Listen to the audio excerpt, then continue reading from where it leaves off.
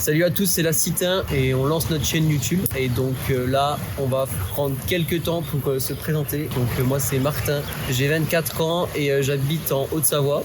Moi, c'est Simon, du coup, je suis son petit frère. J'ai 22 ans et j'habite en Franche-Comté, dans le territoire de Belfort. Ça fait plus de 4 ans qu'on a commencé la Citin. On a commencé Instagram en 2019 et là, on a envie de vous partager nos vidéos, nos sessions en live sur YouTube. Sur Instagram, on était plus sur des formats courts, donc on mettait quelques touches, des petits lancers, des poissons en très bref. Et on avait envie un peu plus de partager notre amour de la pêche et d'expliquer un petit peu comment on fait, quels poissons on pêche et comment les pêcher. Donc ce sera une chaîne assez simple, il y aura des vidéos assez travaillées, il y aura des vidéos moins travaillées où on filmera juste nos sessions, il y aura des compilations de poissons, il va y avoir des bons plans, bons leurres comme sur Instagram mais en plus long, on va tester des leurres en vidéo. Donc on aura plusieurs types de vidéos et n'hésitez pas d'ailleurs en commentaire à nous proposer des séries qu'on pourrait faire, des choses que vous aimez. Des idées de concept. Et voilà, donc nous ça fait 2 semaines qu'on essaye de pêcher la truite. J'ai essayé, ouais.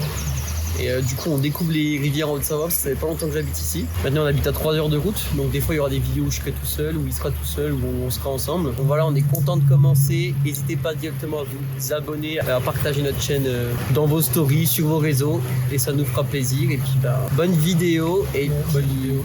Il y a déjà mon poisson record sur la première vidéo.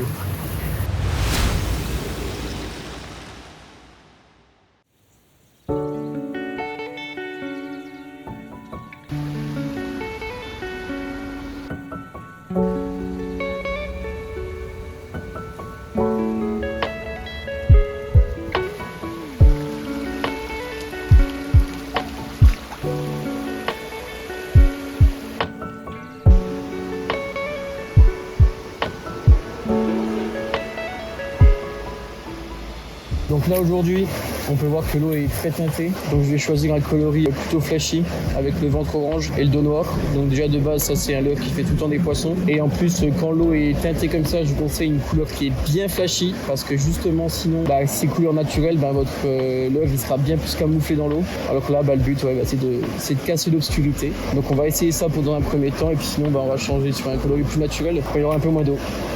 Sur 9, je les ai fait tomber, ça a transpercé mes lacets. On va essayer d'enlever sans casser le lacet, sans casser le leurre. Parce qu'on s'en fiche un peu. C'est pas le top du top. Ça commence super bien. Ok, on en a un. Oh là là. Au moins, ça nous fera les hameçons simples. Voilà.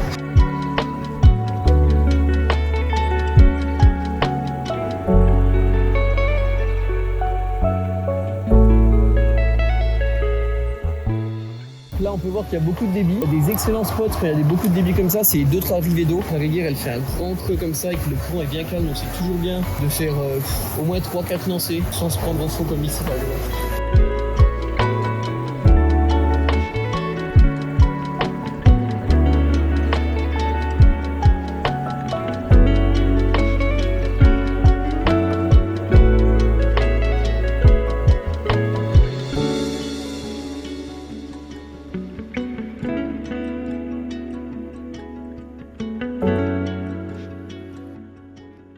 Là, le but, c'est d'aller chercher la bordure en face parce qu'en fait, il y a un contre-courant. Donc là, on va vraiment lancer en face et on va faire aucune animation. Le leurre, il va s'animer tout seul dans le courant. Et une fois qu'on sort du courant là-bas, on va ramener tout doucement en faisant des petits gigs avec le poisson nageur jusqu'à mes pieds. Là, on peut avoir un poisson à la retombée jusqu'à nos pieds. Donc ça nous permet à lancer avec beaucoup de chance de faire un poisson. Et là, je suis sorti du courant. Donc là, je ramène assez rapidement en mettant quelques trucs dans ma canne. Un truc qu'on néglige beaucoup aussi à la pêche, et pourtant c'est là où j'ai fait le plus de poissons, c'est la bordure où on est nous. Donc n'hésitez pas, vous faites votre spot, et avant de partir, vous lancez 3-4 fois contre votre bordure, et puis ça peut vous apporter un poisson. Au niveau de la bordure, il y a beaucoup moins de courant, donc pareil, on essaie de ramener assez doucement, et puis si vous faites ça 3-4 fois, avant de partir de votre spot, pour être sûr d'avoir bien fait tous les endroits. Can hurt me. What you're doing can hurt me.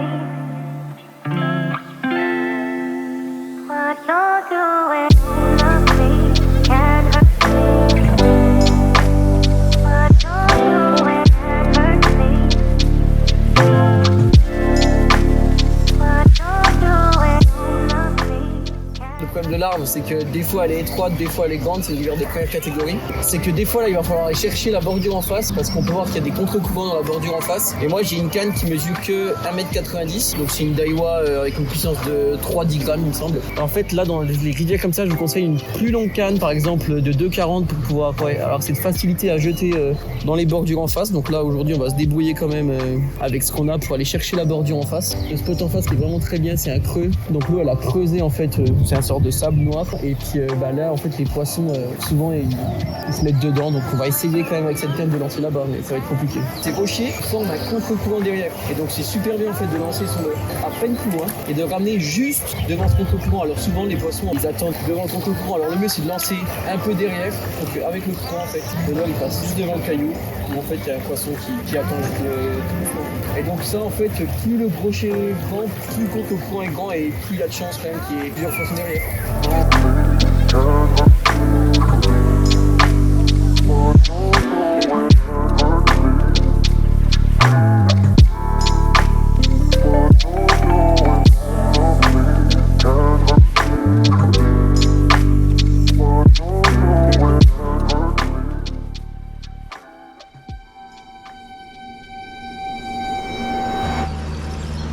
Non, ça bouge. C'est la pression, je te jure.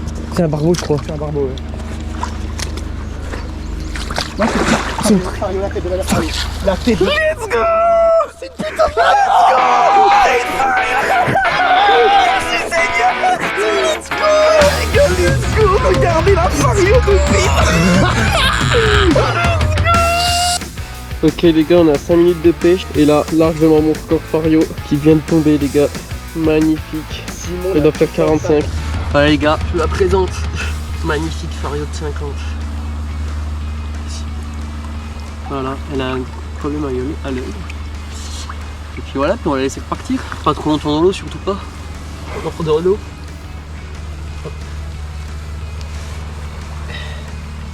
On va voir qu'elle a un vrai problème à l'œil. Hein. Ouais. Tiens, faut la sous la caméra.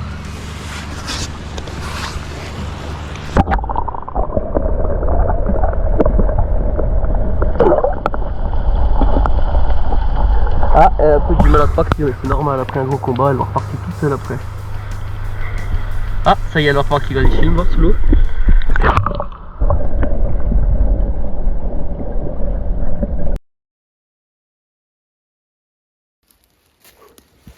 Pas facile, hein.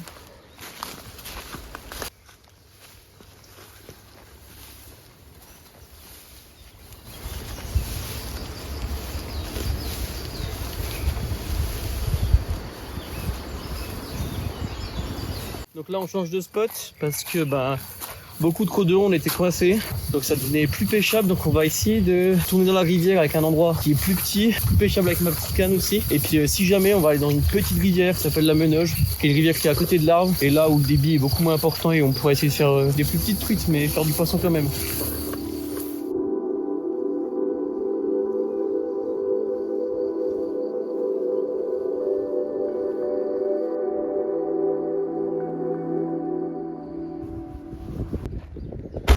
Là, changement de spot parce qu'il y avait trop d'eau, donc là on est dans la Menoge, c'est une rivière en fait qui jette dans l'Arve. On peut voir que l'eau elle est complètement transparente, donc là on va changer de leurre, on va prendre un leurre qui est beaucoup plus petit, qui a une couleur beaucoup plus naturelle. Et donc là on va chercher tous les petits spots derrière les cailloux parce que l'eau est très peu profonde, derrière les arbres. On va essayer de faire une pêche de précision et là ma canne elle sera beaucoup mieux pour ce type de rivière. Donc là on va essayer pendant 1 heure et demie de faire 2-3 petits poissons. On n'a pas pris de poisson encore là tout à l'heure, donc je vais essayer d'enlever la graffe. L'hameçon il se prend toujours dans la graffe. Donc moi j'ai une question aussi, si vous pouvez répondre en commentaire, c'est est-ce que vous, quand vous pêchez la truite, ou vous pêchez même la perche en light ou en ultra light, est-ce que vous mettez des embryons ou des agrafes? J'ai l'impression que ça me gêne plus qu'autre chose, donc n'hésitez pas à répondre. Vos avis m'intéressent et puis les avis divergent, donc n'hésitez pas à argumenter.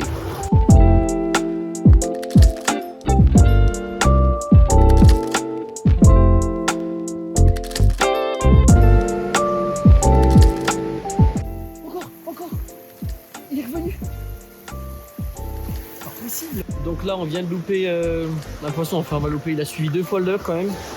Donc le petit poisson nageur là de chez Caperland coûte un peu Véron, assez naturel. 2 suivis, donc après je les laisse tranquille. Je pense qu'on va revenir en changeant d'heure. Mais du coup il y a bon espoir pour la suite pour la menoge. Et puis c'était un beau poisson, donc on va rester encore je pense 5-10 minutes avec cela. Puis après on va essayer de passer à la cuillère. Et avant ça je vais vous montrer la boîte entre les deux pour vous montrer mes poissons nageurs et les cuillères parce que j'ai toujours les deux dans les sessions de truite.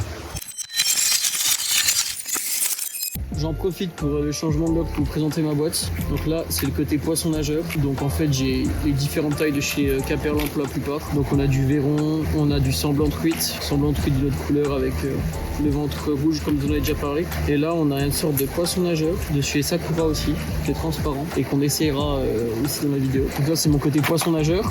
Et de l'autre côté, ça j'en ai plein. Et puis de toute façon, la pêche à la truite, hein, on peut pas oublier les cuillères. Donc j'ai du Mepps, j'ai du Caperland et de différentes tailles. Donc j'ai des tailles de 0 à 3. Donc à chaque fois c'est différent, il y a des couleurs différentes, il y a des hameçons simples, des hameçons triples. Et puis là on va essayer donc une cuillère de chez Mepps. Donc il y a déjà un rolling intégré. Donc en fait ça permet de pas mettre d'émerillon. Et la cuillère elle tourne super bien. Je pense qu'on va partir sur une cuillère taille 2 de chez Mepps. Et puis voilà. Et on va essayer de faire un poisson.